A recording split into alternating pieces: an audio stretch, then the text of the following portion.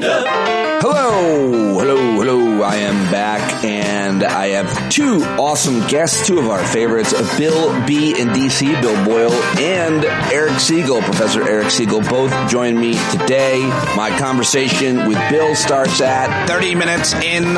And then after that, my conversation with Eric begins at 60 minutes or 1 hour.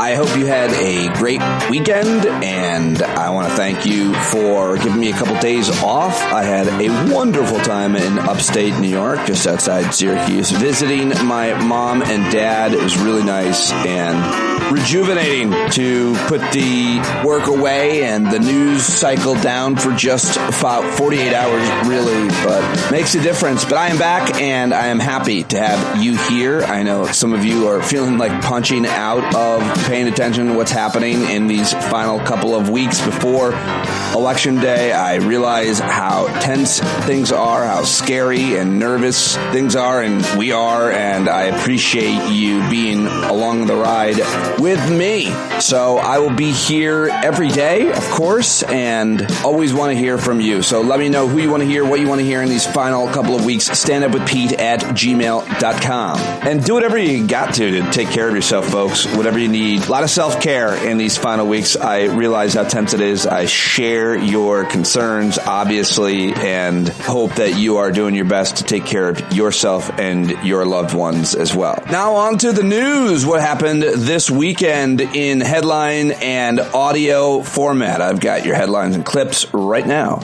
First of all, I just want to dismiss this idea that there was yet another attempt on Trump's life. You're hearing that already. But yesterday, a man in Las Vegas was arrested with illegal firearms outside Trump's rally. But the dude was a Trumper, a huge Trumper. And I looked him up on social media quickly, and all of his posts were very pro-Trump, very unhinged. And the 49-year-old man who was arrested in Las Vegas, who apparently arrived at the rally, was found to be possessing a shotgun, a handgun, and a high-capacity magazine for the handgun in his car. He was driving an unregistered car with a fake handmade license plate, fake driver's license, passports with different names. He was taken into custody and then released 24 hours later because he was not actually a threat to the disgraced former president. So unless anything else comes out, don't buy it. All right, let's get an update from the Middle East, where apparently there's new reporting that Hamas tried to persuade Iran to join the October 7th attack over a year ago in Israel. They didn't, of course, but I thought that was an interesting thing worth mentioning. 4 Israeli Defense Forces soldiers had been killed and 58 injured in a drone strike targeting an army base in northern Israel, according to the IDF. The Israeli military struck Hezbollah targets in Lebanon. Its soldiers clashed with militants in the southern part of Lebanon. At least a dozen people had been killed over the past day, according to Lebanese health ministry. And news that the U.S. is going to be sending more support to Israel in the form of a missile defense system and 100 troops as well. The Pentagon announced it would send Terminal High Altitude Area Defense Battery and its crew as Israel considered retaliatory attacks against Iran. Now let's come back home, where President Biden was in Florida, declared a major disaster there for communities affected by Hurricane Milton, freeing federal funding for the state's recovery. He announced $612 million in resiliency projects for Florida. Yesterday, SpaceX advanced their Starship program with a pretty cool launch and catch of their rocket. The company completed a successful test flight of the most powerful rocket ever built, and then the landing vehicle was caught by these mechanical arms. If you haven't seen the video, it's pretty fascinating to watch. Unfortunately, of course, that's Elon Musk's company, and I talk more with Bill Boyle about his influence coming up.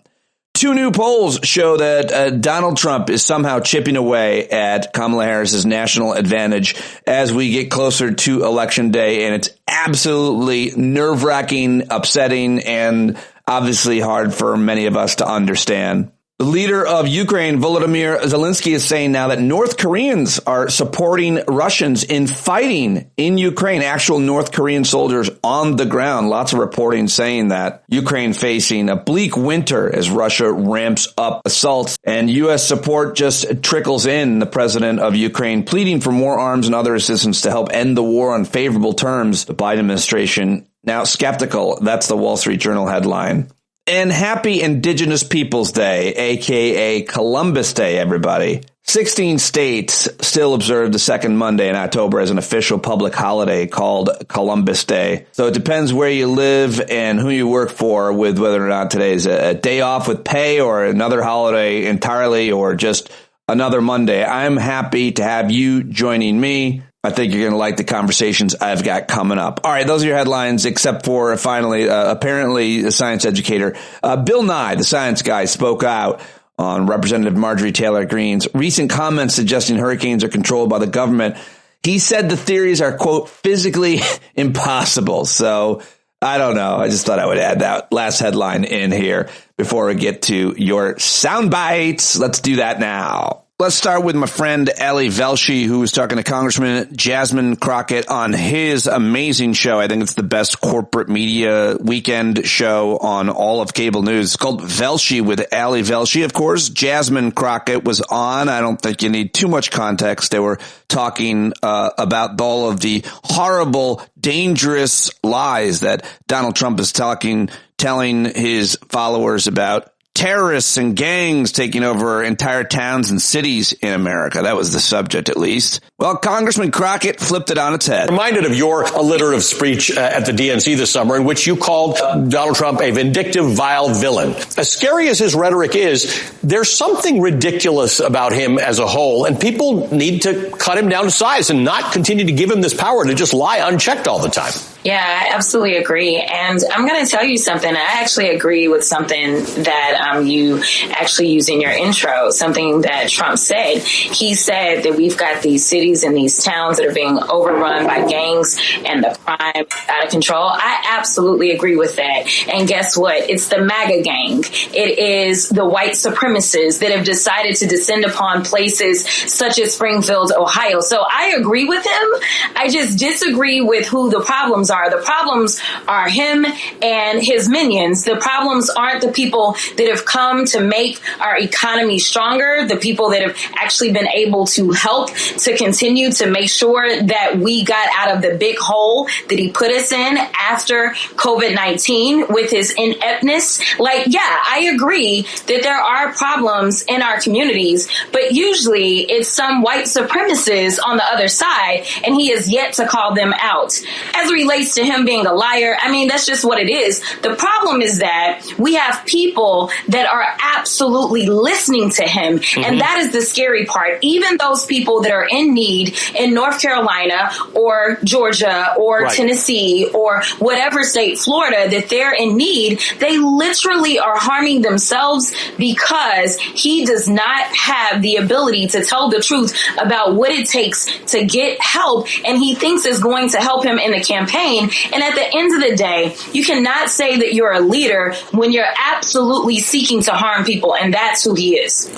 And that is who he is, and that is who she is. Excellent, as always, from Congresswoman Jasmine Crockett. All right, let's stay at MSNBC with Jen Psaki, who had Supreme Court scholar and one of the best lawyers ever to argue at the Supreme Court, which he's done several times. Neil Katyal was on her show. He's not usually the guy to panic, but this was, I thought, important and interesting and, definitely terrifying to hear Neil Katyal say what could happen on Election Day. Those remarks from J.D. Vance are chilling over and over again, including saying there was a peaceful transfer of power. The vice president doesn't exactly have a technical impact in terms of certifying the election.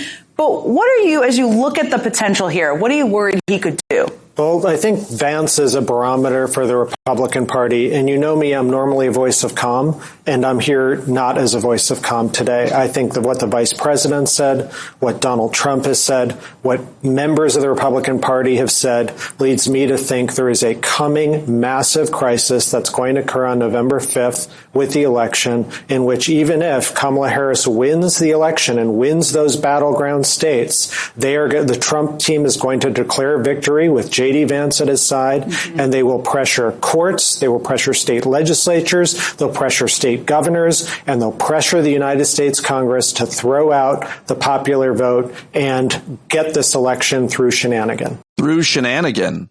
Who's shenanigan? Where is shenanigan?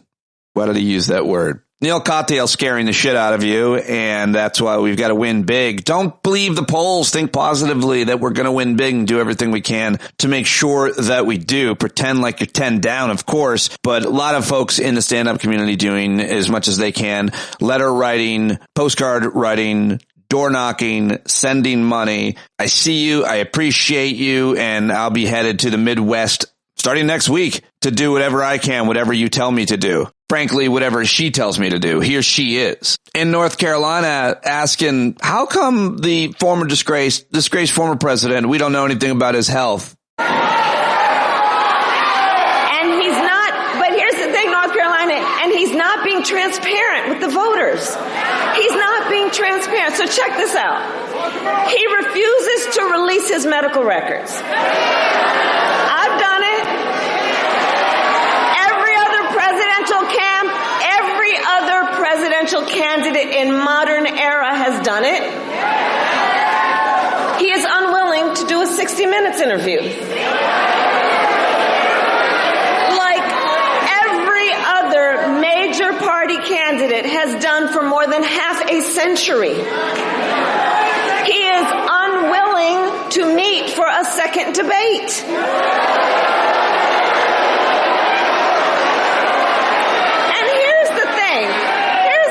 It makes you wonder, why does his staff want him to hide away?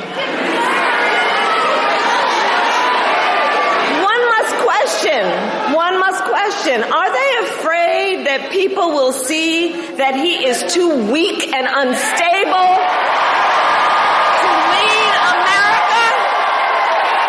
Is that what's going on? So folks, for these reasons and so many more, it is time to turn the page.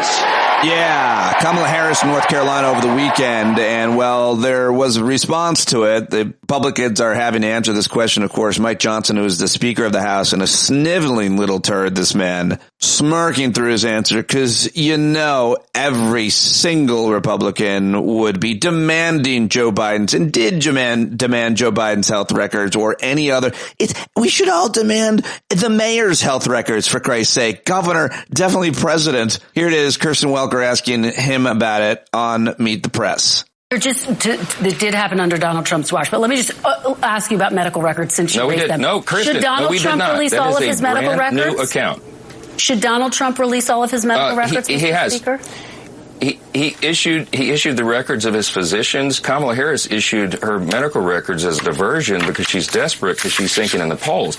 Donald Trump's health is on display. Everyone in America can see it. The man works nonstop. He never quits. He probably sleeps 4 hours a night. He doesn't require as much sleep as the average person. He's an unusual figure. Right out of the authoritarian fascist leaders playbook, just the way that they're talking about him. He goes on to basically make it seem like Donald Trump is Jesus Christ, or somehow immortal, better than all of the rest of humans in the way that he can function and lead. And this is the strength that we need in a time like this. We're in the most dangerous moment since World War II. You have to have strength. You have to have a steady hand. You have to have a commander-in-chief that our allies respect and our enemies fear. They do not fear Kamala Harris. They do fear Donald Trump. Mr. Speaker, that's what people are going to vote on. Just to be very clear, he hasn't released all of his medical records. He released 2 letters. Should he release the results of the cognitive test? He's on display every minute.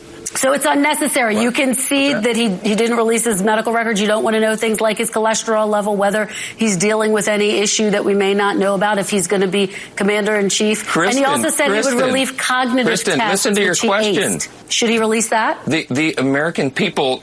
Kristen, the American people don't care about the cholesterol level of Donald Trump. They care about the cost of living and the fact they cannot pay for groceries because Kamala Harris and Joe Biden's policies have put them in that situation. The medical records are irrelevant. Let's talk about things that the American people care about. That's why Donald Trump is surging in the polls, because he's doing that on stages, in interviews, nonstop around the clock, and Kamala Harris has done nothing. Every time she talks, her numbers go down because she is uniquely unqualified to be the commander-in-chief at one of the most dangerous times in the history of the country. Mr. Speaker.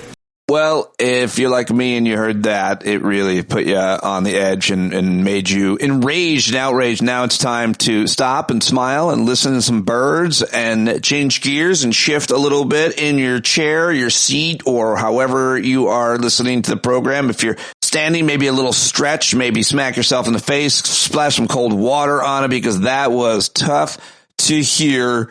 So let's get back to her, this unqualified presidential candidate who's currently the vice president. And the people who know him best know it.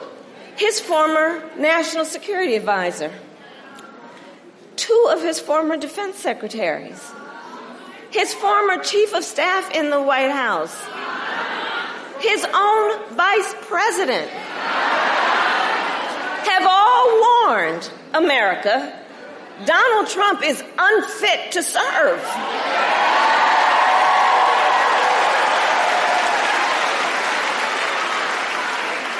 Or just listen most recently to what we heard General Milley said. General Milley, former chairman of the Joint Chiefs under Donald Trump. It was just reported, he said, quote, "No one has ever been as dangerous to this country," in referring to Donald Trump. Think about that. Think about that. And we can already see the harm he's up to as a candidate. Most recently, spreading disinformation in the wake of natural disasters.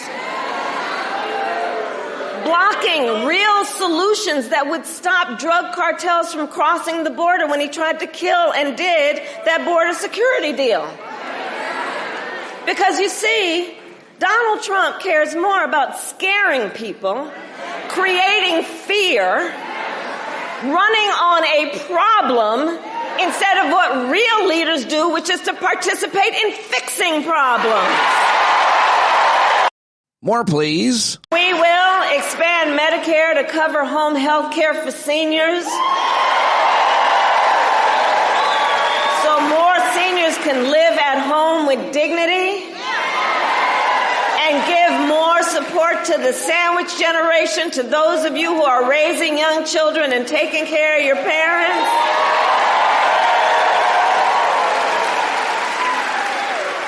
And look, I just have to say something about home health care and the need that I know so many people have for help.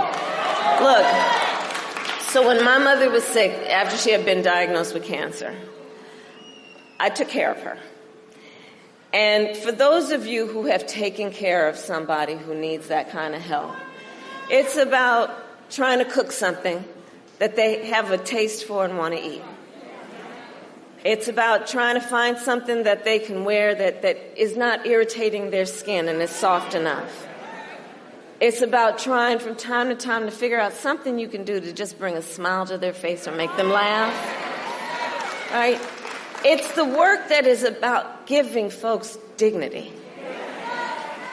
But far too many people on this issue of home health care, if you need the support to give that care to your family member, it means either paying down and losing as much as you can to be able to afford to have Medicaid, or having to leave your job, which means cutting off a very important part of your income, just to give people in your life the dignity and the support they deserve. That's why I'm saying we're going to have Medicare cover that home health care to help you. Well, there you go. Kamala Harris pointing to an amazing new policy that hopefully, I wish we were talking more about, that would benefit so many Americans, many of which apparently listen to this program I've heard from as well. All right. And now let's listen to Kamala Harris at a religious organization, a Christian organization over the weekend. She was at the Christian Center Church in Greenville, North Carolina over the weekend, and talking in a religious tone, themed, of course, appropriate for the venue and the folks there. But Paul reminded them and us that God calls us not to become weary of doing good. Because we each have the power. God tells us this. The power, each one of us, to make a difference. And that tells us that the measure of our strength will be clear when we see what we can do to lift other people up.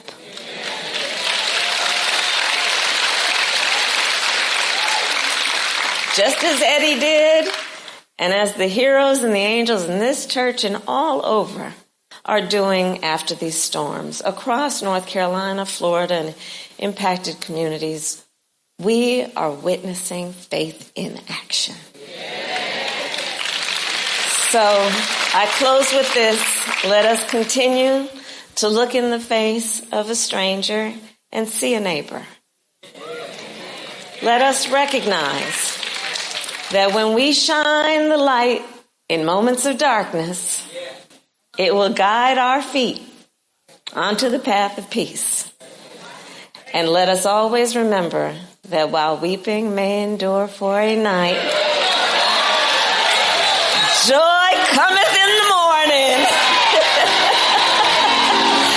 Thank you. May God bless you, and God bless the United States of America. Thank you, church. All right, that made me feel better. That made me feel a little bit better, even though I'm not a religious person. I love when that piano came in like that. All right, now one more from Kamala Harris. She was asked by reporters outside her plane whether or not Trump should have to release his health reports, his health records. I invite the public to watch his rallies and be the decision maker on his acuity. And you will see in his rallies how he goes off on tangents, how he is not focused on the needs of the American people with solutions to the issues that concern them the most. In the meantime, here was Trump. They want to do things like no more cows and no windows in buildings. They have some wonderful plans for this country. All right, yeah, you decide for yourself. Thank you, future Madam President. Now, here's Tim Walz. I'm not sure where he was. He's crisscrossing the country as well. I forget where this was from. Detroit. He might have been in Michigan. Here he is. Now, look, Donald Trump and J.D. Vance, they got a little different view of things. Just yesterday, Donald Trump was in Detroit, and he said, our whole country will end up being Detroit. You're going to have a mess on your hands. Well, look, I know you don't. That's not unexpected for him. That's exactly what he's going to do, tear down America. But if the guy would have ever spent any time in the Midwest, like all of us know, we'd know Detroit's experiencing an American comeback and renaissance.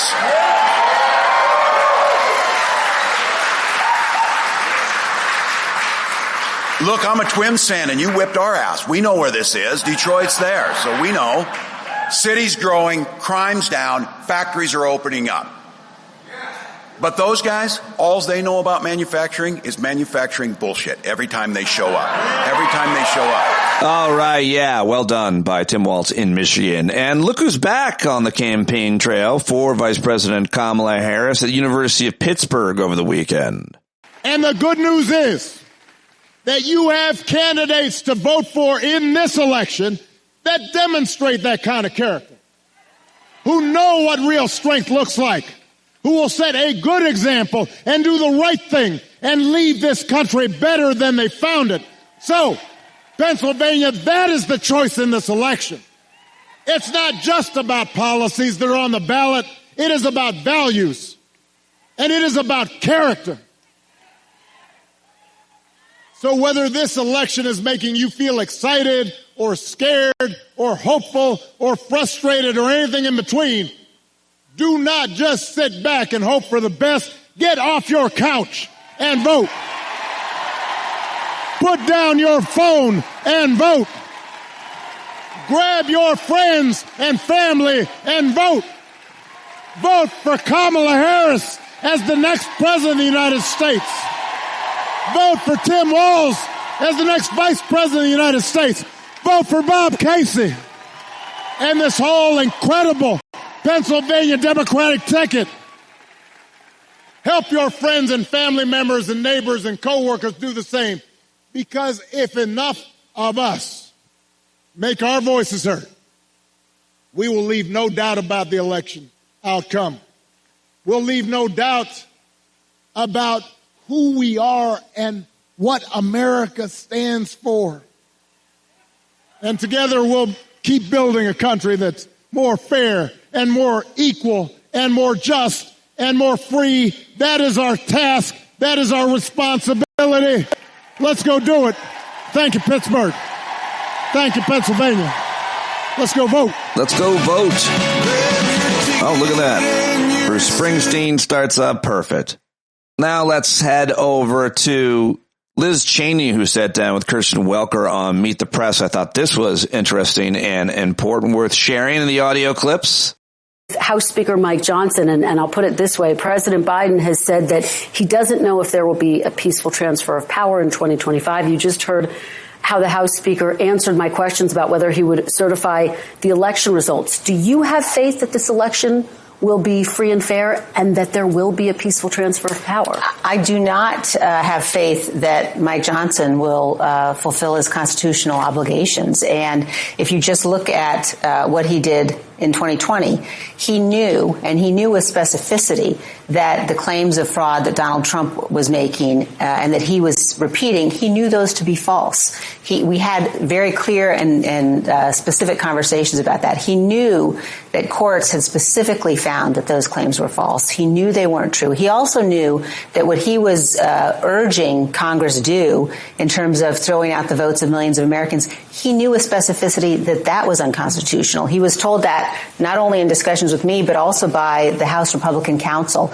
He signed his name to a brief filed with the United States Supreme Court that made those claims he knew to be false. So he has a record repeatedly of doing things that he knows to be wrong, that he knows to be unconstitutional in order to placate Donald Trump. And frankly, you saw that sycophancy just now on display. So I think that it's very concerning. I do think that Donald Trump has consistently said again and again and again, in the last few months, that this election, is going to be rigged, and that if he loses, that's why. So I think it's very important that the Republicans not be in the majority in the House come January 2025.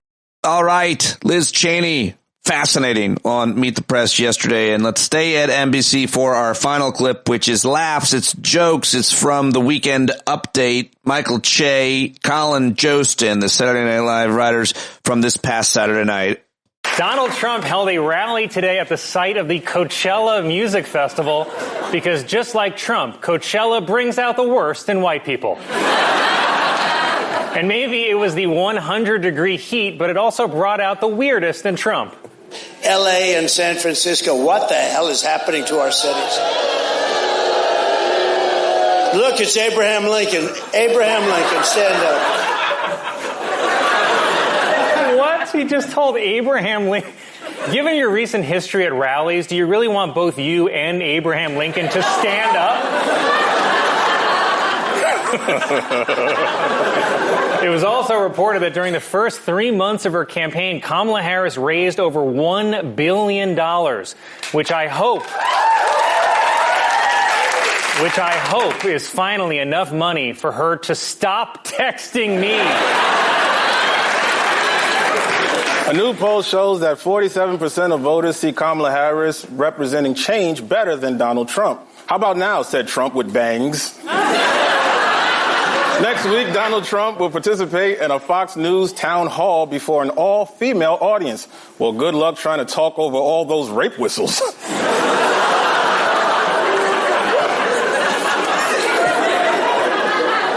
Donald Trump confirmed that he would not agree to a second debate with Kamala Harris, which is fine with me. If I wanted to watch an old man yell at a Jamaican lady, I'd visit my grandpa at the nursing home.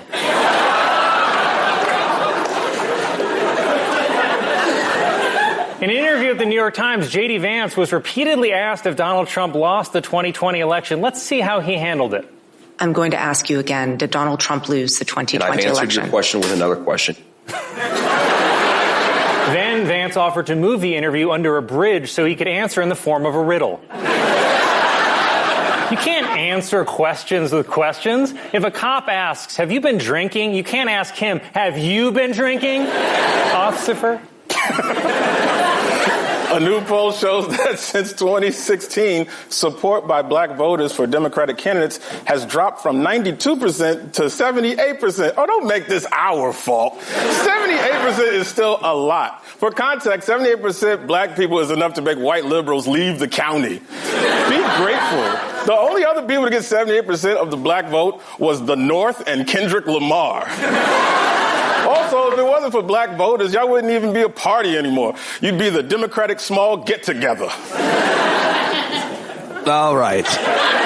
A little bit more laughter there at the end for that last joke for Michael Che. That's it. That's all I've got for you in the headlines and news. I cannot do it without you. If you hear something on another show, a podcast, whatever it is, let me know what it is. Take a screenshot with your phone and send it to me that has the time code and the episode number or whatever it is. Whatever you're listening to, I'm always looking for really great stuff, and I'm looking everywhere I can for smart takes, funny takes, important things to share with you to expand our minds and help us understand what the hell is happening in the world. Maybe I should just rename this podcast that. What the hell is happening in the world? Certainly my goal every day. And you know who helps me do that today? Bill Boyle, and coming up, Eric Segall after that. But I caught up with both of them on a Sunday. Great conversations with both. I hope that you enjoy them. Boyle, of course, is a businessman in Washington, D.C., but he's real well-read and connected and extremely articulate about it all. I like his point of view generally. I think he is extremely thoughtful and very moral. He's a great guy. I know him very well. Off the air, of course, got to know Bill. He's a good friend. Both these guys are, and I have great respect for their value set, their judgment, the way they think through and about things. So let's do it right now with Bill. First, you can follow him on social media, and you should on Twitter, where he's fun and interesting and always sharing all kinds of takes that I think you'll like. So let's do it right now with Bill Boyle. Then coming up, Professor Eric Segall, the legal Seagull and Eagle. All right, there he is. Bill Boyle joins us to talk about election, politics, and whatever else comes up. Thank you very much for getting the week started for us. And I just wanted to start with what your concerns are with about 20 days left before the election. Then we can talk about what you're feeling good about, sir. Welcome back. Thank you. My concerns are mostly that the immigration message that Trump is pushing seems to be working with people. I hear from people who are voting for Harris, but they've drunk the Kool-Aid on the question of immigration being bad for the United States. And that concerns me greatly. It's a message that clearly has resonance. I don't think there's much Democrats can really do to counter it. Even the fact that Trump killed a really stiff immigration bill last year doesn't seem to have any effect on people's opinions. They just want to be there. There's a tendency in America right now very strongly for people to want to be upset, to want to be pissed off, to want to have grievance. And Trump is feral in his ability to take advantage of that. I think so. Really, if you really want to get down to it, what worries me, social fucking media worries me. Because so many people's brains have been distorted beyond belief by absolutely people wanting to do them harm, dropping messages into their social media feeds that lead them to believe things that are not true. Immigration is great for the United States. The economy is actually doing really well. Inflation's under control. This is the best economy that an incumbent administration is running on in something like 60 or 70 years. It's a great economy. Does that mean the economy is perfect for everybody? No, it does not. But that never means that. Nor does a bad economy mean it's bad for everybody. But what concerns me is that people are, and people I know who I think are people of goodwill, are utterly convinced that things are terrible and that the country's going to pot. And the crazy thing is that a lot of them feel like this guy who makes everything worse is somehow a solution to it. Yeah. And it feels very, you can overdo the comparisons to Weimar Germany, and they are overdone to some degree, but it is a similar mindset there. Francis Fukuyama, you and I have talked about this. He wrote that book called The End of History, and everybody who didn't read it misinterpreted it. And they thought that what he was saying was that history was over, liberal democracy won, and that's it. What he was actually saying was liberal democracy won, and that victory creates the seeds within it for people to react against it later. Yeah.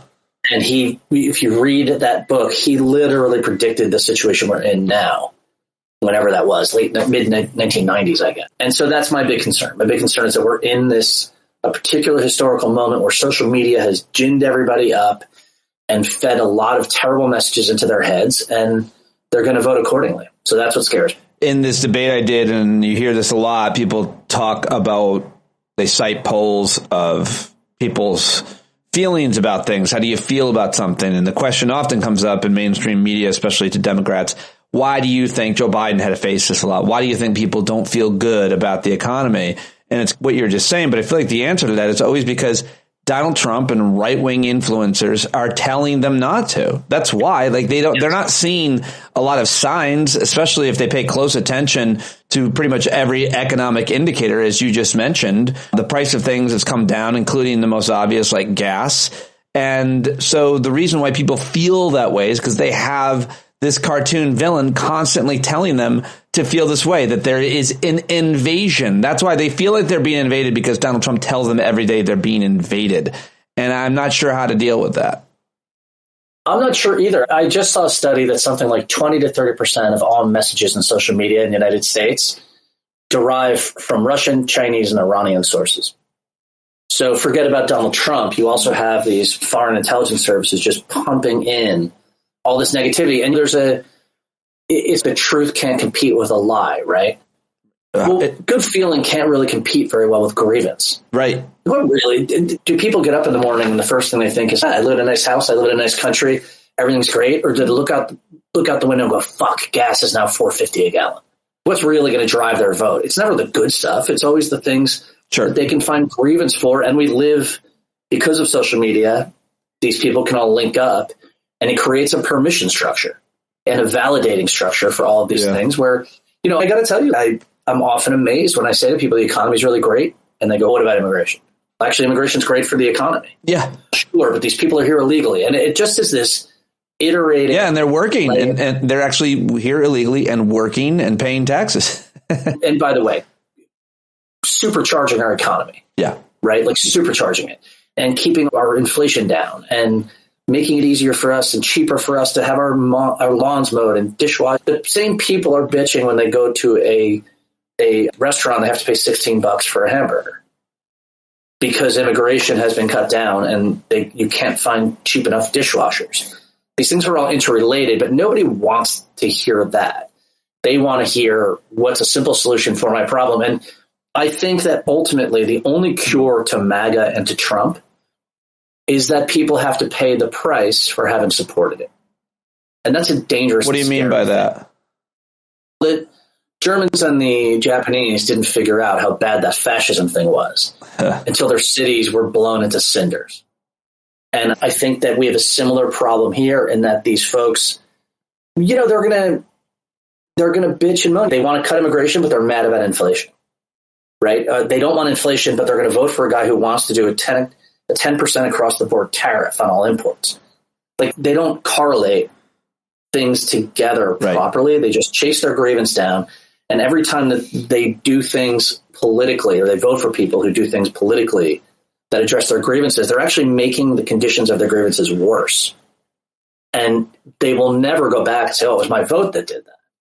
They will only eventually realize that when the price they pay is so severe. Or will they? Some is reasonable. Well, or I suppose you could always argue they will never realize that, as they didn't after Trump did such a terrible job the first time he was president, and we had a worldwide pandemic, and millions of people died, and 200,000 people died in America that didn't necessarily need to because they weren't vaccinated, according to Dr. Peter Hotez. And did anybody realize? I suppose a lot of people did realize their vote, and it seems like anecdotally you can hear from people say, I voted for Trump. And what I hear most often, I don't know if there's any data to this, is the reason why a lot of people got turned off was because of January 6th. That was the final straw for a lot of elected Republicans, cabinet members of his, and so on. But I'm not sure if that's too far in the distance, if they've come back, or if those people are still, as some have, I've heard, disenchanted. But let me ask you Yeah, go ahead. What makes you feel that my question we've been talking about is, what are you most worried about? What makes you feel good right now?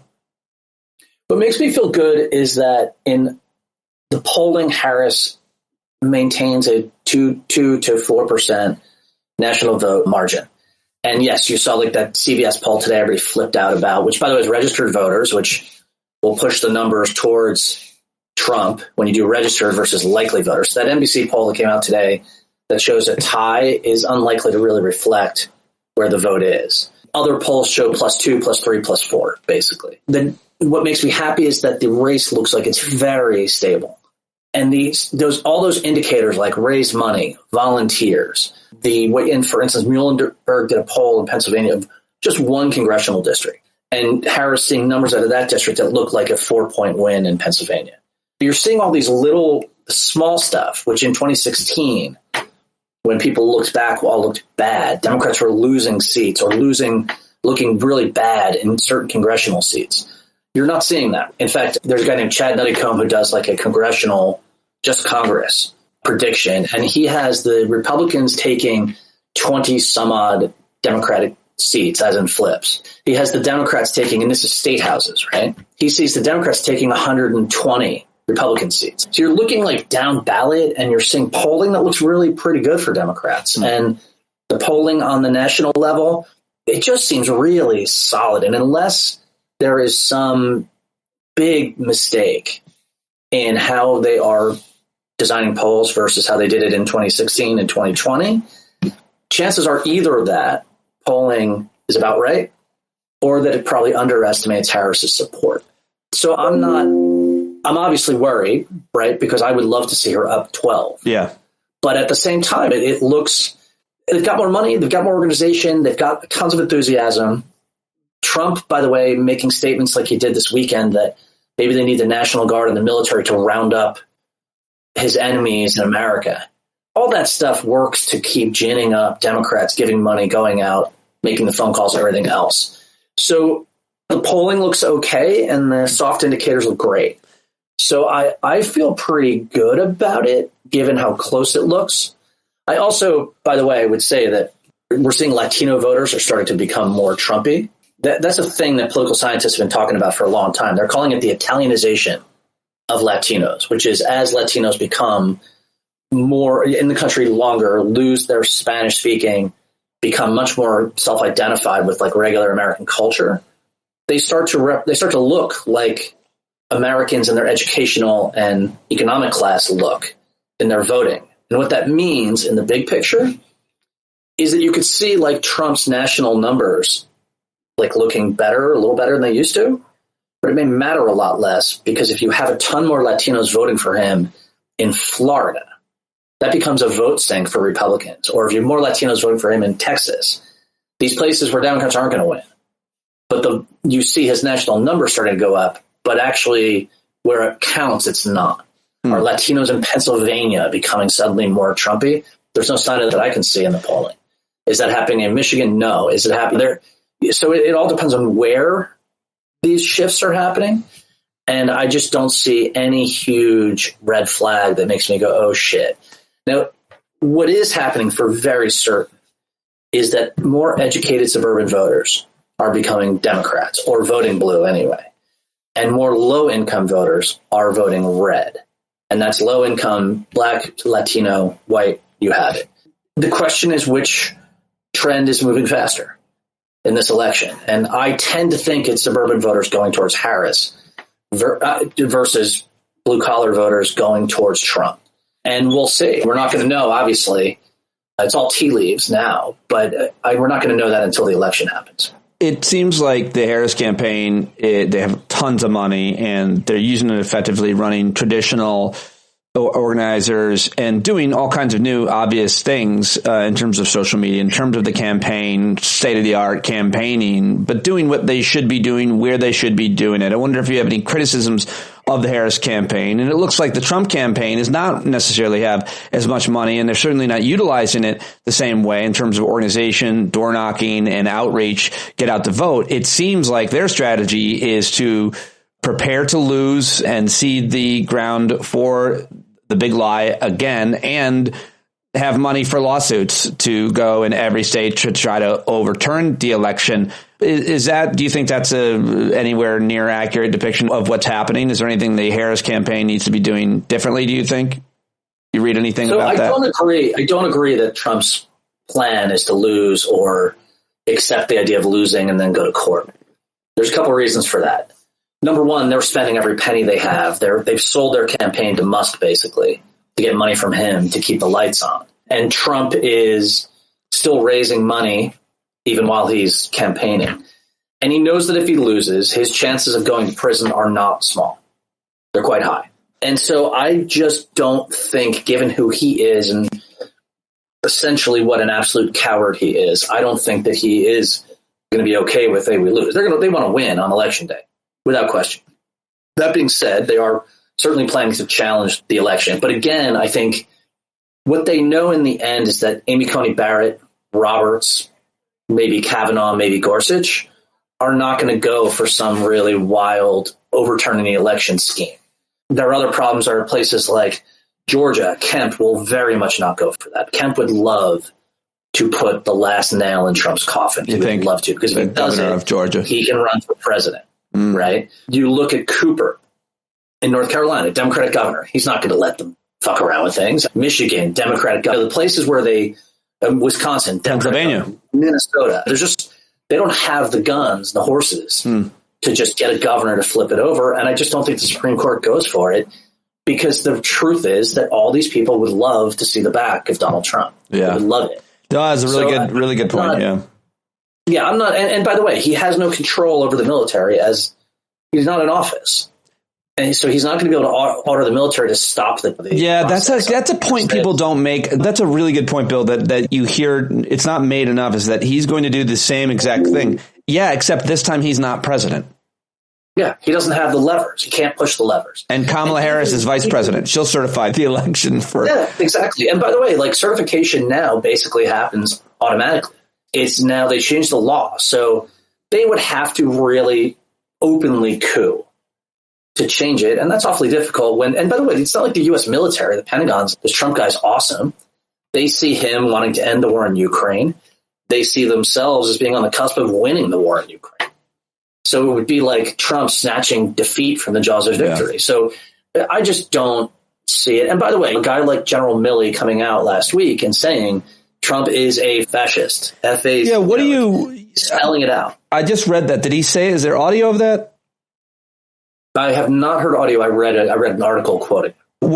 First of all, let me just go back to Elon Musk for a moment. What do you just make of his evolution into being full in for Trump? At one point, when he bought Twitter, he was nonpartisan. He tried to say he wasn't political in different ways and so on. He is fully converted and endorsed, and he owns Twitter, and obviously he's very influential there. I think he's very influential overall because of the money he's spending and everything he's doing and saying. How influential do you think Elon Musk is? And what do you have to say about how he's changed and why? So Elon Musk in the Obama years was quite pro-Democrat because he was getting subsidies for Tesla from the government.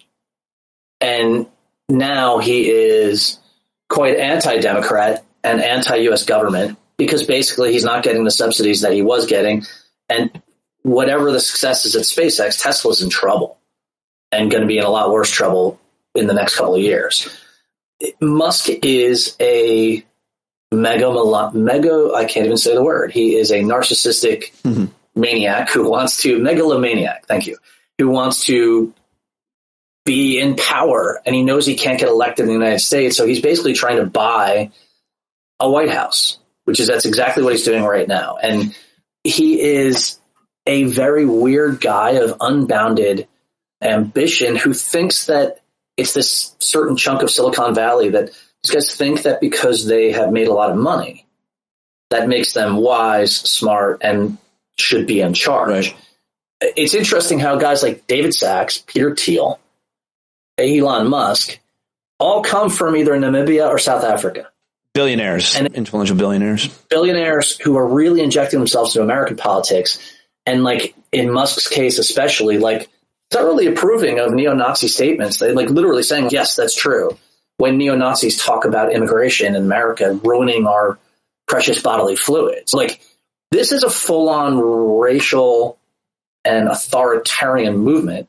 And I think in Musk's head, it's always probably been there. I don't buy the idea that he was a good liberal Democrat 10 years ago. I agree. When he bought Twitter, he doesn't care about losing money on Twitter because from his perspective, it allows him to take power in American politics. Right. And if he's worth 140 million and he loses, or 40 billion, and he loses 40 of that billion to basically get to run the United States from behind the curtain, then he would totally do it. And Musk he's such a strange guy, and he's such a Trumpian guy in that he has had enormous successes, but a lot of what he does is a fucking shell game and a really cheesy and bad one. And I can give you a couple of examples just from the other night when he had that reveal for his new car, the cyber taxi, and the robo-bus and the AI robots. Yeah, you were pretty interested in that, according to your Twitter feed. It literally turns out that the robots were being run by people using haptics.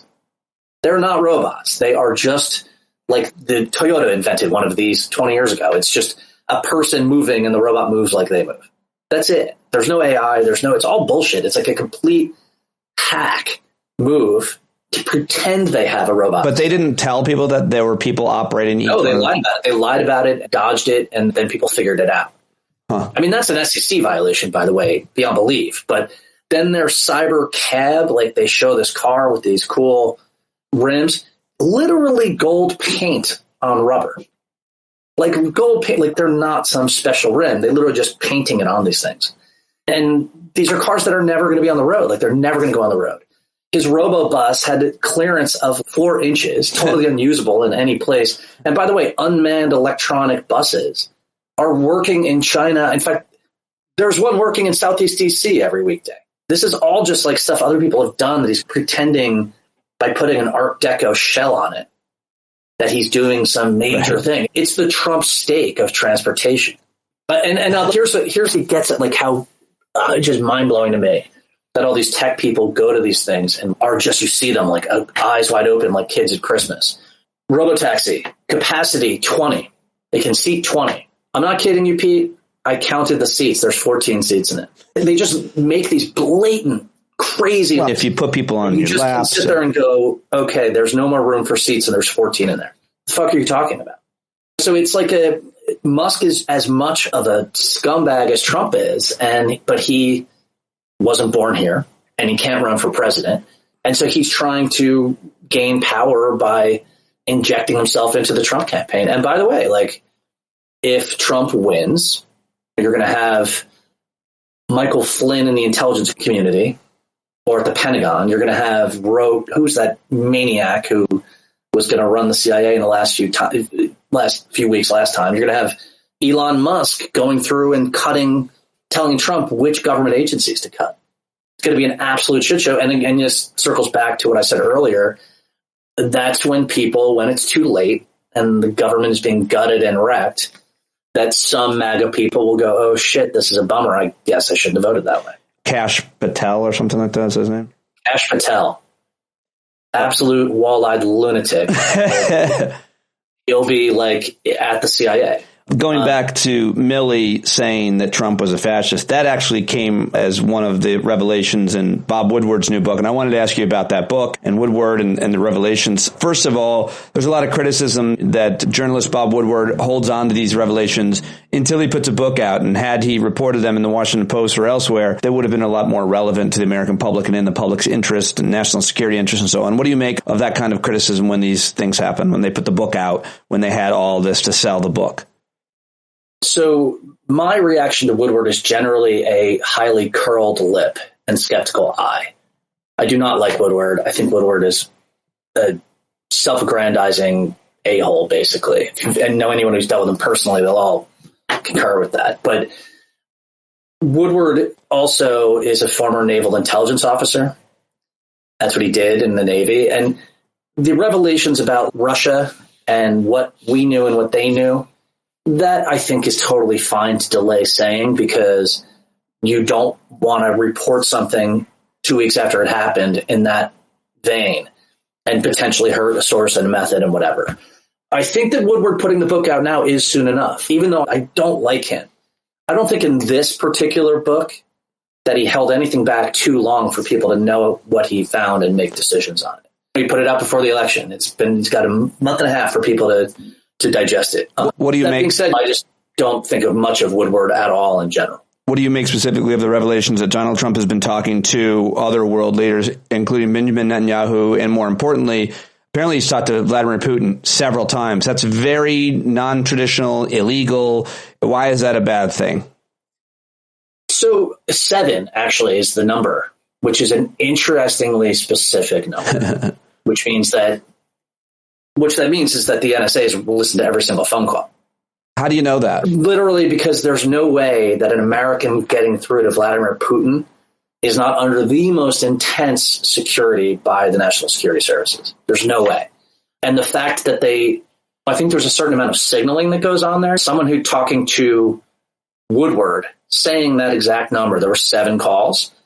I think that's a matter of signaling. That's basically saying to both Trump and Putin, we know exactly what you said. Is it ridiculous, terrible, awful? Yes, 100%. And the bottom line is that Trump is still sitting on documents that he stole, right. Highly top secret documents, and he's having confabs with Vladimir Putin. And we both know what they're talking about. They're talking about how Putin is going to win in Ukraine if Trump wins the general election. That's it. That's the main thing. Putin's offering and promising him things, and Trump is offering and promising things back because the bottom line is that Trump wants to be an American Putin. I want to play something for you and get your reaction to it. J.D. Vance doing tons of interviews. The guy's everywhere. And here he sits down with a New York Times reporter to talk about the 2020 election. I want to play it for you and get your reaction on the other side. In the debate, you were asked to clarify if you believe Trump lost the 2020 election. Do you believe he lost the 2020 election? I think that Donald Trump and I have both raised a number of issues with the 2020 election, but we're focused on the future. I think there's an obsession here with focusing on 2020. I'm much more worried about what happened after 2020, which is a wide open border, groceries that are unaffordable. And look, Senator, yes or no? Okay. Did Donald Trump lose the 2020 election? Let me ask you a question. Is it okay that big technology companies censored the Hunter Biden laptop story, which independent analysis have said cost Donald Trump millions of votes? Senator Vance, I'm going to ask you again. Did Donald Trump lose the 2020 election? Did big technology companies censor a story that independent studies have suggested would have cost Trump millions of votes? Senator I think that's Vance, the question. I'm going to ask you again. Did Donald Trump lose the 2020 election? And I've answered your question with another question. You answer my question and I'll answer yours. I have asked this question repeatedly. It is something that is very important for the American people to know. There is no proof, legal or otherwise, that Donald Trump did not lose the 2020 election. You're repeating a slogan rather than engaging with what I'm saying, which is that when our own technology firms engage in industrial scale censorship, by the way, backed up by the federal government in a way that independent studies suggest affect the votes, I'm worried about Americans who feel like there were problems in 2020. There you go. Feel like there were problems because they were told there were problems. What do you make of her line of questioning, the way that it was handled, the fact that we're still talking about this, and obviously J.D. Vance's answers there? You can tell that he went to law school at Yale. And why? What was so impressive about that? He just kept asking her a question. No, impressive is not what I would call that. I would call that mendacious. I would call it obfuscatory, obscurantist. I would call all kinds of $10 words for it, which basically comes down to that he's a fucking snake oil salesman who knows how to dress up his sales pitch in clever sounding arguments. What I would reduce it to its pith is that is a guy telling you that he does not give a shit about the constitutional requirements of the office he holds or of the laws that guarantee our freedom and our rights and our law and our system of justice. He doesn't care. He just wants to say whatever will get them votes or whatever will justify whatever steps they would take to seize power. That's what that is. There's no other way to describe that. And it is a hallmark of fascist movements that they're not very illogical at all, interestingly.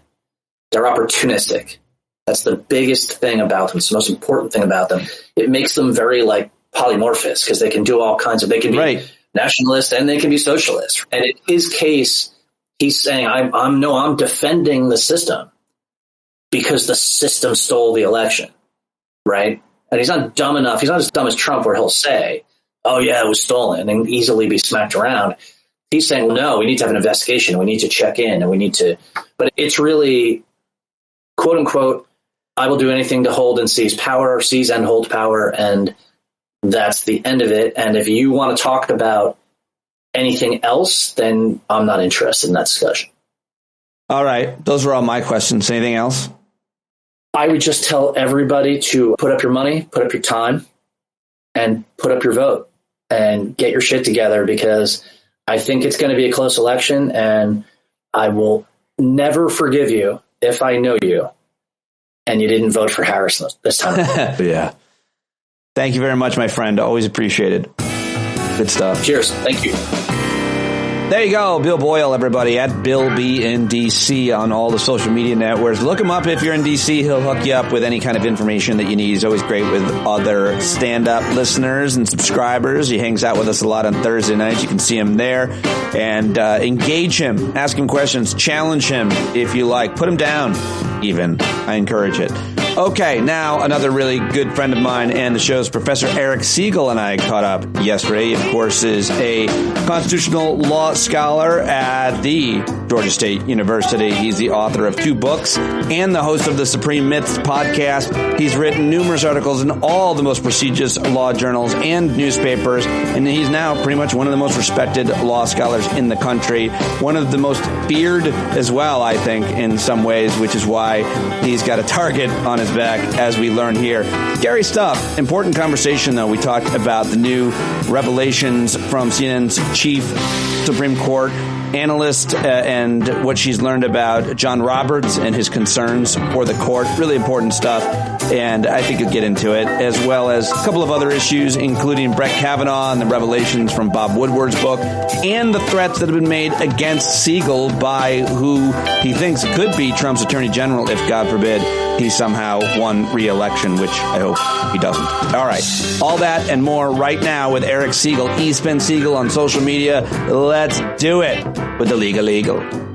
All right. There he is, Professor Eric Segall. I wanted to catch up with him. It's been more than a few weeks. The new Supreme Court term has started, and obviously we're just days, weeks away from the rest of our lives, the future of America.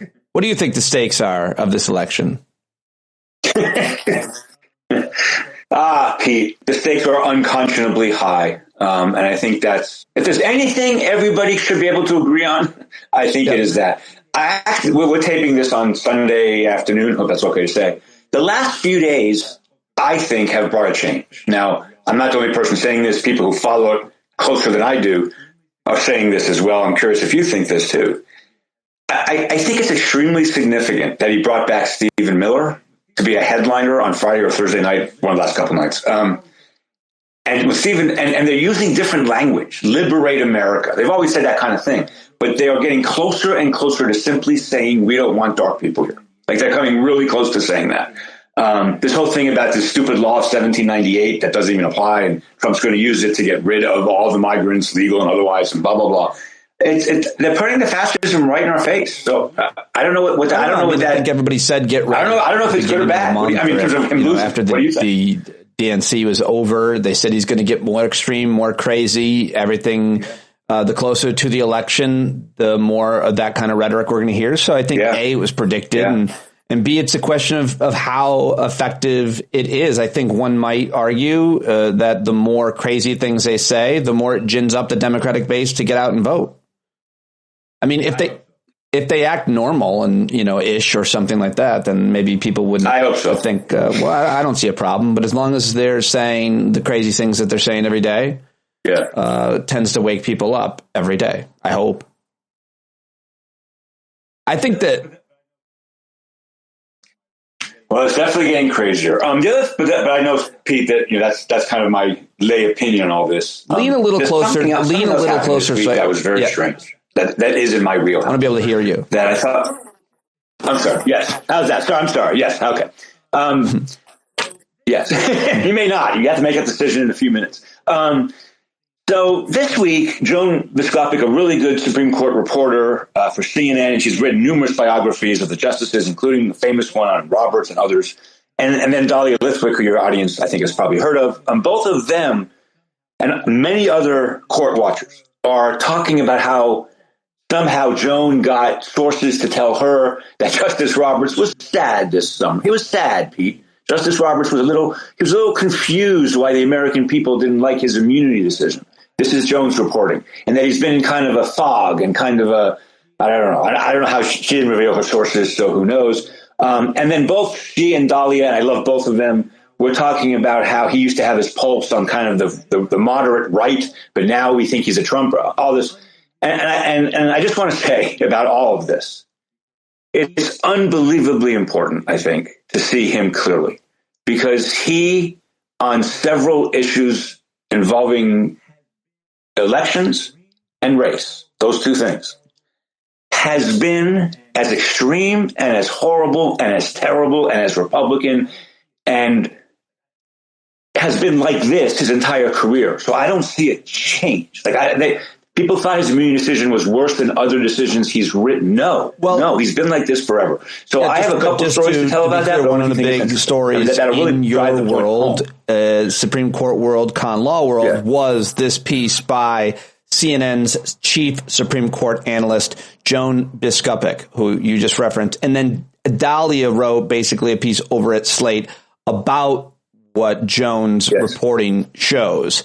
And it sounds like where you're splitting the hair or disagreeing to some extent, I guess, with both of them, is that he was never where they had him on the Overton window. You always thought he's been far further to the right. How do you make the case? Not for 1 second.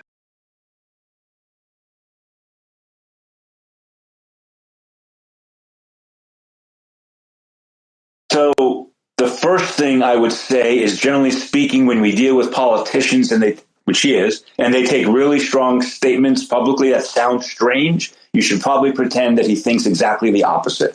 So the first we heard from Justice Roberts in any kind of public way was in his confirmation hearing when he said, we're all umpires, we call balls and strikes. That was a red flag right there, because there's no smart person in the world who thinks that. So I want you to back up a second.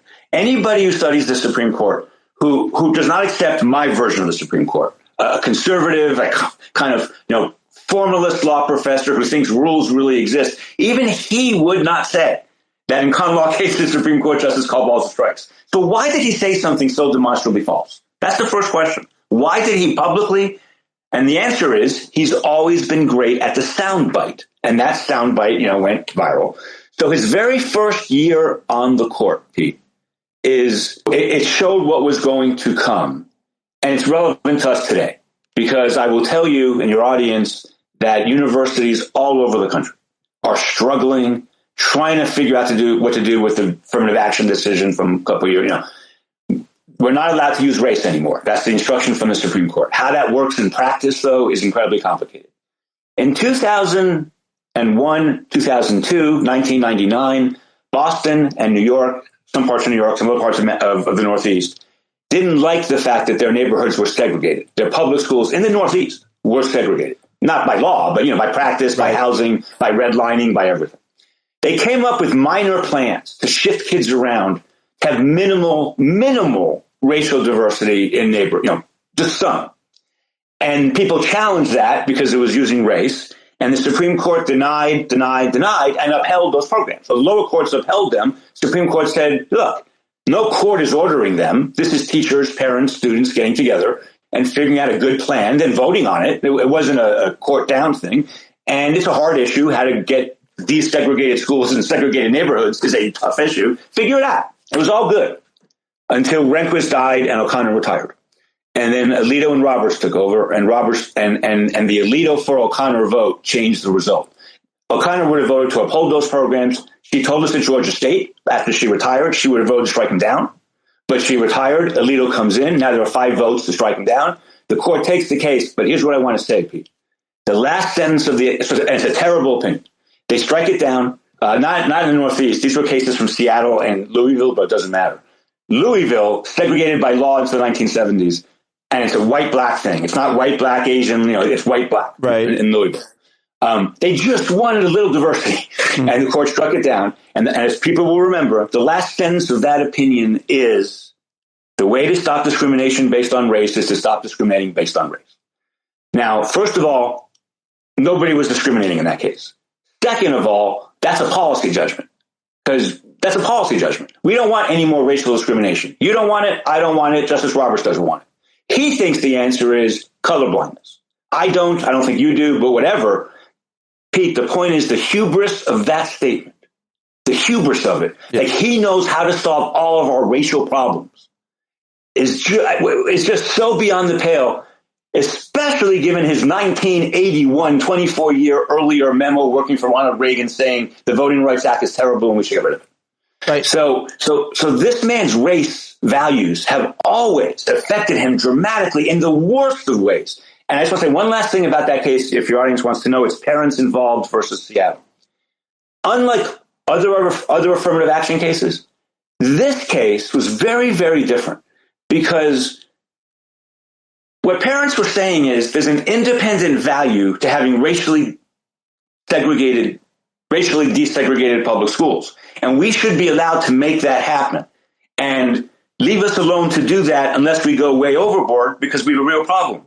And for the court to say, no, you can't do it voluntarily. Like it wasn't the court telling them they had to do it. That was the fight with busing in the 70s. You have to bus. And then the community would say, no, we don't want to. And they go to the courts and all that. No, this is the community doing it themselves. This is democracy. This is Thomas Jefferson. Right. This is like local government.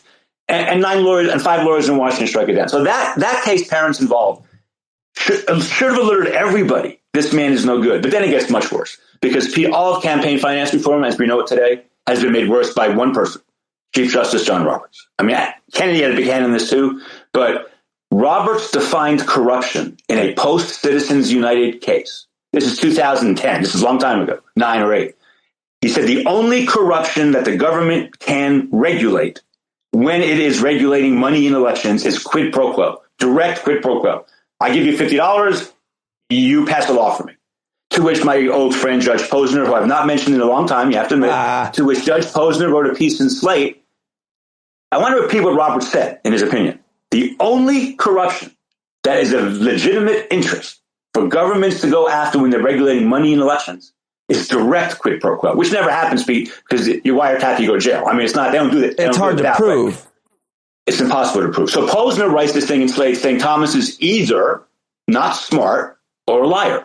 But we know he's smart because he must know how corruption works. You don't go to the congressman, as the Posner said, you don't go to the congressman and say, I'll give you $50 for a law. You support his campaign with the expectation that he'll do things you like. And if he doesn't do things you like, you don't support him again. And if he does things you like, you support him again. And that's what Posner said in this piece. It's obvious to everybody except for Chief Justice John Roberts. We can talk about Shelby County, but I think you and I have done that, more than enough. To make the case about how extreme Roberts is, you're talking about voting rights. Obviously, you're talking about segregation and campaign finance. Those are the cases. And then finally, we can go back to one of the things he did that no one talks about. That might be the saddest. On the ground, Pete, like with actual harm to people, might be one of the worst things he ever did. What? We have to go back to 2012 and the big Obamacare case, right? And everybody remembers the big issue was the mandate. God, Aaron and I talked about this. How many hours on this show? I mean, the individual mandate, whether or not it was constitutional to force people to have to carry a health insurance policy, which of course, apropos of insurance, the policy, you can't really have a robust insurance pool if you don't make people be in it. So it's kind of important in the rest of the world. This is obviously how they do it. But in the United States, you can't be forced to buy something. That was the point. That was the argument. Well, 5 conservatives said that. It's not in the Constitution. The very first Congress made people buy guns. The very first Congress made people buy a bunch of things. So that's just a policy judgment made by the 5 conservatives. But the point, so yes. But that's the thing, Pete. You and I spent so much time with Dr. Carroll. Actually, Aaron and I wrote a piece for the Stanford Law Review together. That's right. That issue. That's right. That was one of my greatest achievements. What we didn't talk about, because no one thought it would ever happen, was there was a separate issue in that case where they were challenging the Medicaid expansion. And this is really important, Pete, because it goes to Roberts' ruthlessness and his heartlessness, and why it's surprising Dahlia and Joan today, I don't know, because he's been ruthless and heartless forever.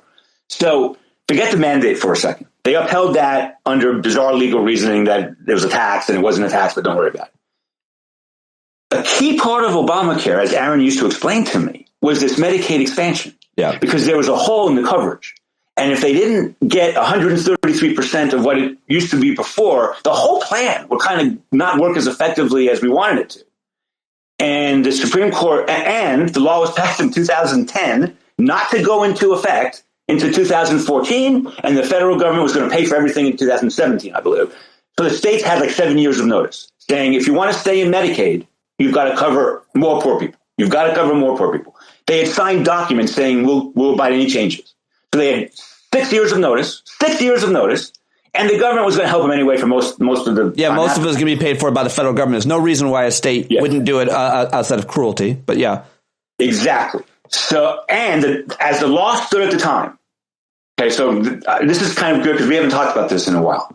The federal government can only regulate something or prohibit something, meaning, you must do this or you get fined, or you must do this or you go to jail, if they have a power in the Constitution that says they can do that. But they can spend money for any purpose for the general welfare. Because when you're spending money, you're not punishing people. You're not putting people in jail. You're saying, take our money. And when the federal government, under the spending power, says to the states, we'd like to give you $10 million for your schools, but you have to do certain things to get the money. That's a standard thing the federal government's been doing for 150 years.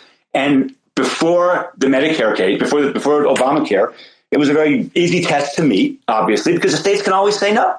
No, thank you. We don't want your money, so we're not going to do what you want us to do. Nobody forced the states to cover 133% of poor people under Medicaid. What they said was, if you want our money, you have to cover them. If you don't want our money, don't cover them. That's up to you. Completely constitutional in every way. The court strikes down Medicaid, and no one saw it coming. There's not a law. Well, actually, there's like two, but almost no law professor saw that coming. It was a surprise. And Pete, I'm not making this up. He called the change in the law retroactive. States, the federal government is not allowed to put a retroactive condition on the states. I agree with that, probably. That's not what happened. The states had 7 years. They had 7 years to decide. There's no retroactive. We're changing the law today.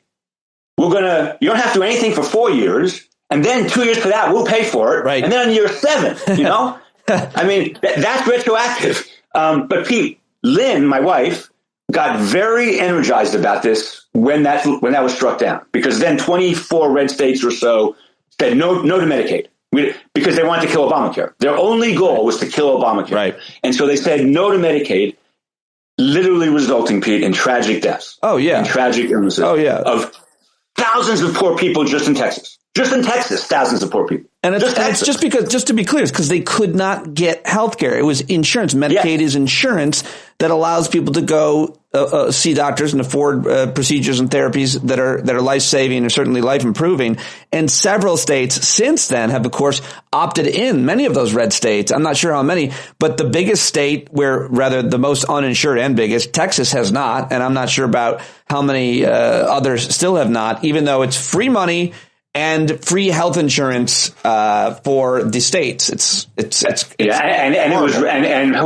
many have joined now? They did not join in 2000, 13, 14, 15, 16. Right. And it caused absolute. My wife talked to people in Texas about this because they were stuck between a state law where you had to make less than a certain amount and a federal law where you had to do more, and they had no coverage. There was no way to get it. And it was the point I want to make about this, Pete, is what Roberts did with the Obamacare case is actually probably the most significant reflection of his personality of anything else.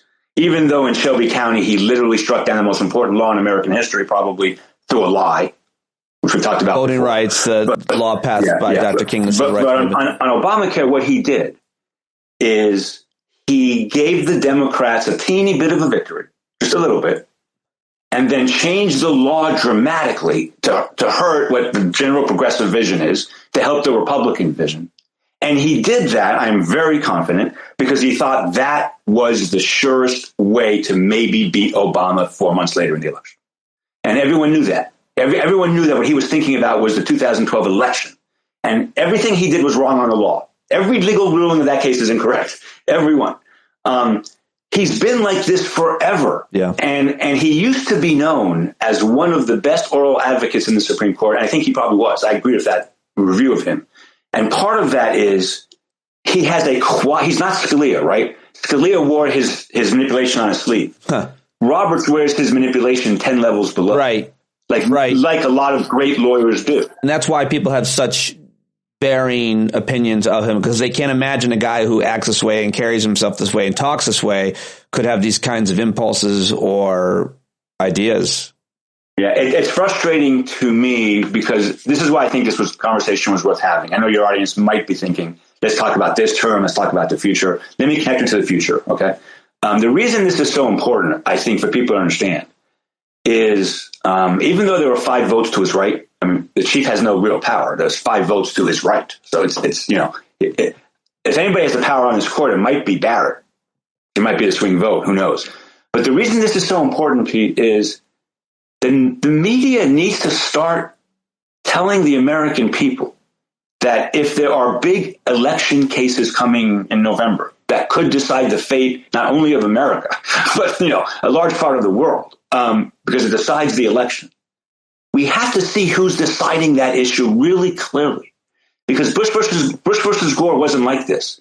Bush versus Gore had 4 liberals, 4 conservatives, actually 3 conservatives, and O'Connor and Kennedy who would flip. They didn't flip in Bush versus Gore. They didn't flip in Bush versus Gore, but they flipped in gay rights cases. They flipped in all kinds of cases. The Second Amendment was shut down by Justice Kennedy for 8 years because he would vote. That's why we had no Second Amendment cases for 8 years. We don't have that court anymore. What we have are 6 Republicans, period. Not conservatives, not libertarians, not Trumpians, 6 Republicans, 3 of whom worked on Bush versus Gore, 3 of whom, but Bush versus Gore, all of whom made their careers not as being great law professors, not as being great lawyers, as being Republicans. Kavanaugh was a Republican his entire life in the 90s, doing all kinds of things.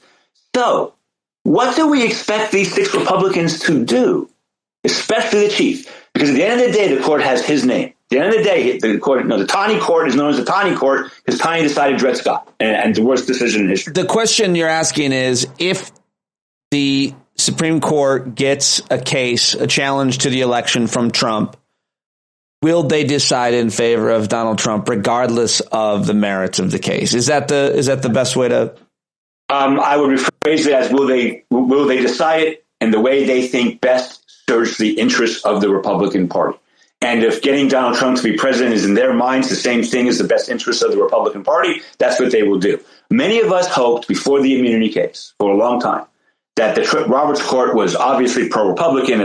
By the way, just anyone out there, Google Senator Sheldon Whitehouse. He's been saying this even stronger than I'm saying it for like 15 years. He's just a Republican. It's what he is. He's a Republican operative. We thought maybe he wasn't Trumpian, so maybe he would. But that's not the point I want to make. I want to make the point that we've got to stop. I mean, I've been making it with you for 15 years and my career for 30, but it's really coming to a head right now. This is not a court. This is a political council. And who makes up this political council? 6 Republicans who have Republicans in their blood. It's a faith for them. So I don't know why the media is suggesting in any way, shape, or form they're going to be fair. And in fact, I have to think about this, but I think Democrat leaders should start doing this very soon. That Roosevelt beat the court by shaming the court. Now, I'm not a believer in shame. I never shame my kids. I try really hard never to shame my kids. Because it's not effective at reaching your goal, or because it's unless you're at war, Pete. Unless you're at war, and I think this court needs. Well, first of all, I think Dahlia and Joan, tying it back all together, I think they are saying, and maybe they're right, that Roberts was shamed a little bit by the immunity decision because he couldn't figure out why people were so angry, which seems a little bit weird to me. But maybe that's right. Maybe that's true. If it is, we need to shame these people a lot more. And I might even threaten them. Biden is president until January 20th, excuse me. Until January 20th, Joe Biden is the president of the United States. The president has enormous ways to mess with the Supreme Court. We'll see.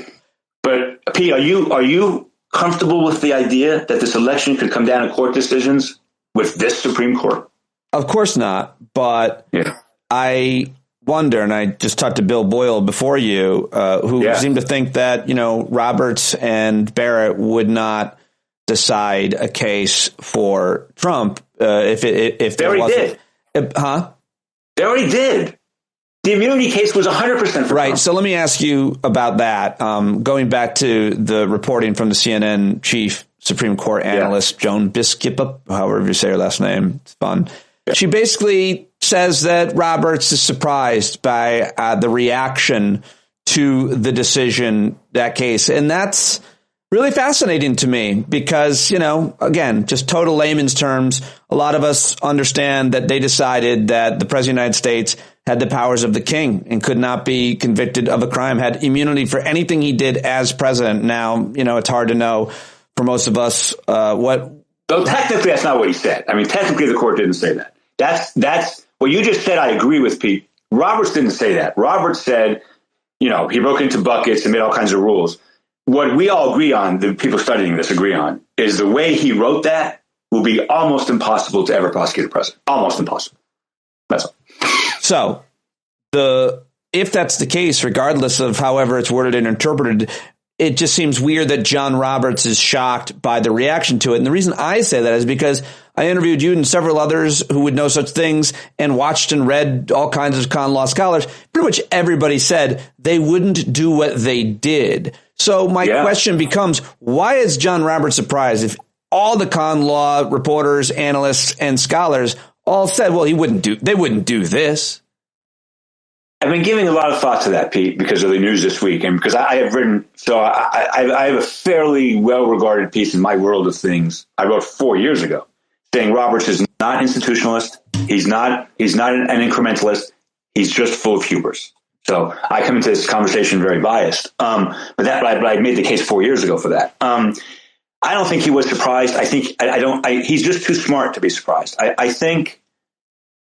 I have a theory, Pete, and it's totally speculative. I'll call it reckless speculation. I'm 66 years old, and I'm still doing a lot of law stuff, writing essays, articles, blog posts, doing things. I'm not doing it as well as I used to do, Pete. I'm just not. I've done it 34 years. I'm still okay. I am not as good. Justice Roberts is 70. Compared to what I've been through, he's been through the war and back. He's been doing it for a very, very long time under enormous pressure. And Pete, he was never the boss. It was Kennedy the boss. Then Roberts was the boss for like a year, and then he lost being the boss again. His vote was never the swing vote. He never had the power. So I do think his skills have, and also his oral argument questions were surprising to some people. So and he's great at that. So I do think we can just maybe say, he's lost a little bit of his edge. I mean, I have. I mean, I'm 4 years younger, and I've been. But that's your answer to why he's surprised that people have reacted with outrage and shock that they made this decision because he's lost his edge. Well, because Pete, he's not. He's a lot of things, and he's Machiavellian, but he's not anywhere near dumb or stupid or unknowing. Like he's none of those things. Like he's a brilliant human being, and not just in the legal sense. The reason he was a great advocate is because he could pick on the human emotions you need to be a great advocate. Pete, you have to read people. You know this. You have to read people. He could do that. So none of this is consistent with that kind of personality that he would be surprised unless, and this is what's worrying some of us in my community.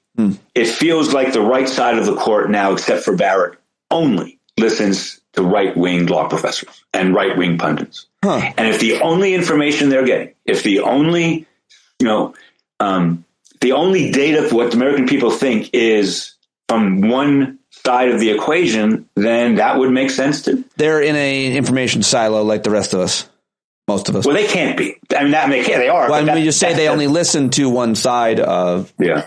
I mean, Scalia admitted that, remember? In an interview Scalia gave to New York Magazine in 2015, 14, where he said to the interviewer, I believe in the devil, don't you? He also said, I don't read New York Times, Washington. No, I read, what did he say? Occasionally the Wall Street Journal, and I watch Fox News, I think is what he said. Something like that. So he was siloed. Scalia was siloed. And Thomas is definitely siloed. We know that. So I guess what I want to say, Pete, is okay. I know this is consistent with my career, so it sounds self-serving, but that's not why I'm saying it. I don't think we have yet as society come to grips with the idea this election might come down to the Supreme Court, and that is no way to decide this election. Right. Well, that's why I'm wanting to have this conversation with you now, and it's a really important conversation. Can I ask you one question? We talked about this off air a little bit. To end this, why is Trump going to New York and California? Oh, because he pulls huge crowds here, and it's really a big deal. When you go to some of those more rural areas, you're not as likely to get those big crowds. Plus, like, he's going to be in Madison Square Garden, and it's just the headlines that it gets, the energy, and also. But he knows he's not winning either state. He knows. But it's not. But I think it's a smart strategy for him because he's running a national campaign, and Republicans in blue states are pissed because they know they live in states that they're not going to win. So the least they can do is show up and go nuts and be really excited and wait in line and be at those rallies. And then Trump, what he gets out of it is these amazing clips, and we talk about them and all the other opening acts. And so it's a lot of people in an arena that know that their state's not going to vote for him, but are really excited just to show they're there for the same reason, to show. The same reason they have their flags in the back of their pickup trucks and they roll coal and their giant signs. They want you to know that they live there, they're here, and they're MAGA. So the last thing I want to ask you before we stop this is, I had an idea right before we started. Wait, one more easy one for you. Yeah. The revelations in Bob Woodward's book that there were thousands of tips and everything around Brett Kavanaugh's confirmation hearings. Did you hear about that? Well, if we start that conversation, we have 10 more minutes to go.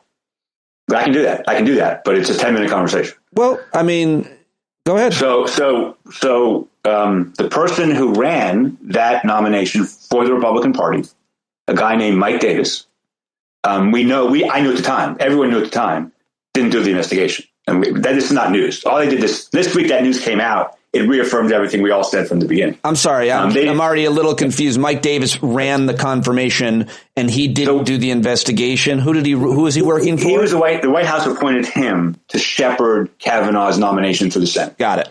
He basically blocked the FBI. He allegedly blocked the FBI from doing just anything. And he ran the investigation in a way where we're not going to follow the tips. We're going to that's what the report was this week. But we already knew that. That wasn't a surprise. It's good to have documentation, but we knew that. It was never done seriously. They never questioned anybody. And in fact, they blocked the FBI from doing the work. So, but what people need to understand about Mike Davis, I'm going to say this carefully. He is a 2-time Justice Gorsuch law clerk. One of the reasons he was shepherding Kavanaugh's nomination through. They went to the same high school, those two guys, Gorsuch and Kavanaugh. He now runs the Article 3 project. People can look that up. He also has threatened me with arrest on several occasions. And now his second in command, Will Chamberlain, is threatening me with arrest. And I was not worried about this because I think that's crazy. But I do think Mike Davis might be the next Attorney General of the United States if Trump is elected. And my not worrying about this stopped 2 weeks ago when Politico did a 2,000-word essay on this guy saying he's threatening liberals with arrest and he may very well be serious. So Politico took it seriously enough to spend 2,000 words on it. And that is the guy who ran the Kavanaugh nomination, and now he's threatening liberals with arrest if he gets to be Attorney General just for being liberals. Politico said he must be kidding, right? This is America. We're not. Why did he threaten you specifically? Because we used to exchange on Twitter. Well, okay. He dropped off of Twitter a year ago, Pete, because I do think Trump is likely planning on making him Attorney General, and they didn't want that Twitter roadmap. But his second in command threatened me with arrest 3 weeks ago.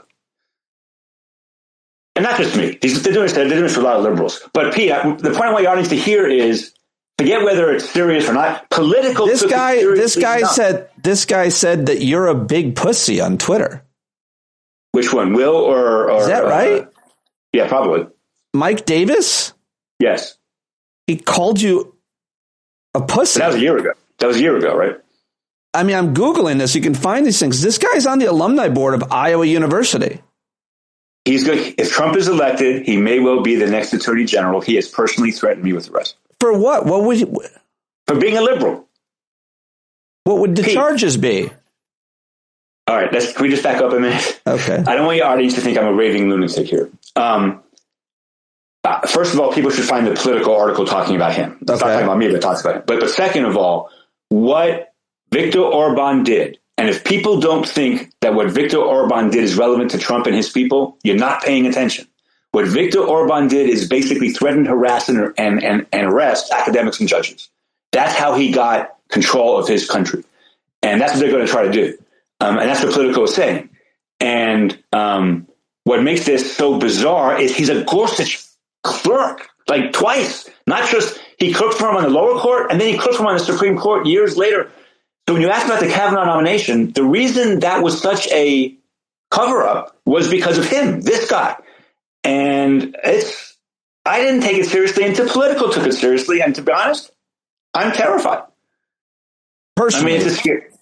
Say again? Personally, yes. I mean, Will Chamberlain on Twitter 3 weeks ago made some joke about arresting me. So I said, I finally had enough. And I wrote back, this is before the Politico piece. And I said, Will, can you just tell the world this is a joke and that's fine? Because, let's just tell the world it's a joke and it's fine. And his response was only one thing, I think. His response was, you and the rest of the libs are going to be put in a room and watch Scalia videos for the rest of your life after we get into office. Now, that's a joke, obviously, and maybe he's playing loose and saying, don't worry about it, I'm just kidding around, except Politico reports they're not kidding around or might not be kidding around. So I'm sorry, you triggered me with the Kavanaugh thing because that guy, your friend, I'm sorry, Peter. Alex Aronson? Yes. Ask him about Mike Davis. He'll give you more than I'll give you. Alex actually might be in jeopardy too if they get in power. I know I know, Pete. It's what they did in Hungary. I mean, it's what they've done. Now maybe they can't do it here. I think they want to. You don't think Steve Miller would do that? I wouldn't put anything past any of these guys. I think some of these things are harder to carry out than others. I think something like, you think about the Muslim ban and how hard that was for them to actually implement. The child separation and how, and what they did around that. I mean, I'm trying to think of the policies that were the most horrific and how they tried to carry them out in terms of targeting specific people. I mean, I don't know. This is different though. And I don't think the Republican Party, if Trump wins, will be deterred by court decisions, period. And remember, the courts have no power. Right. The president controls everything. So I would be shocked if a decision that meant a lot to them was overturned by the president, if they abide by it. Right. By the court, excuse me. And the court has no power. Now Congress can impeach, but what are the odds of that? So I don't know how kind of Dr. Doom and Gloom today, but what I'm telling people is the rule of law principles that Al Gore thought should continue after Bush versus Gore, and I think he was right. The rule of law principles that the rules of the game that we all believed in, whether it was Roe or Brown or Citizens United or Heller or Shelby County or the immunity case, all the rules of the game, Pete, are at stake in the next Republican administration if they win 2024. And people may find out very quickly what James Madison said 200 years ago or more was actually correct. At the end of the day, the Constitution is what he called a parchment barrier. Paper never stops force. Sorry, it doesn't. And they don't believe in the paper. How many times they don't believe in the paper? So if they don't believe in the Constitution and the rule of law, they're not going to believe in the Supreme Court either. Well, that sounds fun. Sorry. Let's end on a happy note. Do you have any? I thought you had one.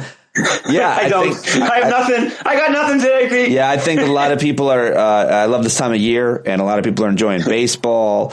And there is, I think, in the face of all the awfulness, I always look for the helpers, and this community is filled with them, and so are the communities that have been affected by these hurricanes. If you look deeply, you see neighbors helping neighbors. I can always find all kinds of acts of kindness. Today, I was walking through the street fair here, and I just thought about how things would change with different governments and how we would be affected or not. And I was like, I don't know, we'll probably still be able to have street fairs.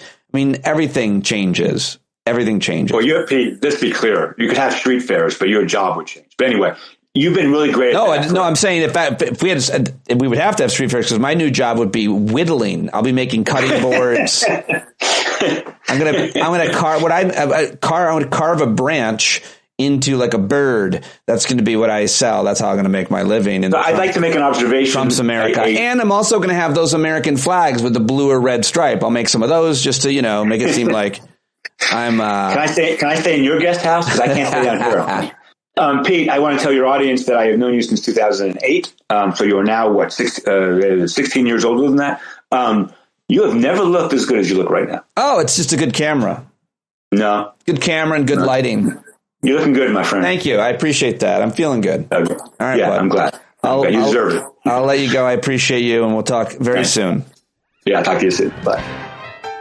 All right, there he goes, Eric Segall and Bill Boyle. Both joined me today. Thank you to both of them. Thank you to you for supporting the show and for your paid subscription. If you haven't signed up for a paid subscription, do it now, please. Patreon.com/Pete Dominic. And that's all I've got for you. I'm sorry, I don't have the parting wisdom or love. It's been already a long show, hasn't it been? An hour 40? You're still listening? You bumblebees here at the end, you are. Let me know this time. It's been a while. Standupwithpete@gmail.com. You know the email, bumblebees. Let me know that you're there listening to this full show and that you appreciated two guests, hopefully. If you got to listen to it all in the long ride or whatever you're doing, I am grateful to you. And to John Carroll for doing what he does each and every day, playing us out. Talk to you tomorrow, folks. Hey, you've been sitting so long, you got the creaky knees, you got to stand up. Stand up. I think your driving wheels been leaking grease. Boy, you better stand up. Stand up. Well, there's a whole lot more of us who know what's right. They'll keep right on ignoring us if we keep sitting tight. We got to open up the window to let in some light. You gotta stand up. That's right. We got to rise up. You got to stand up. You got to stare the devil straight in the eye. Let him know it's his turn to go. See it clear when all you hear is a lie.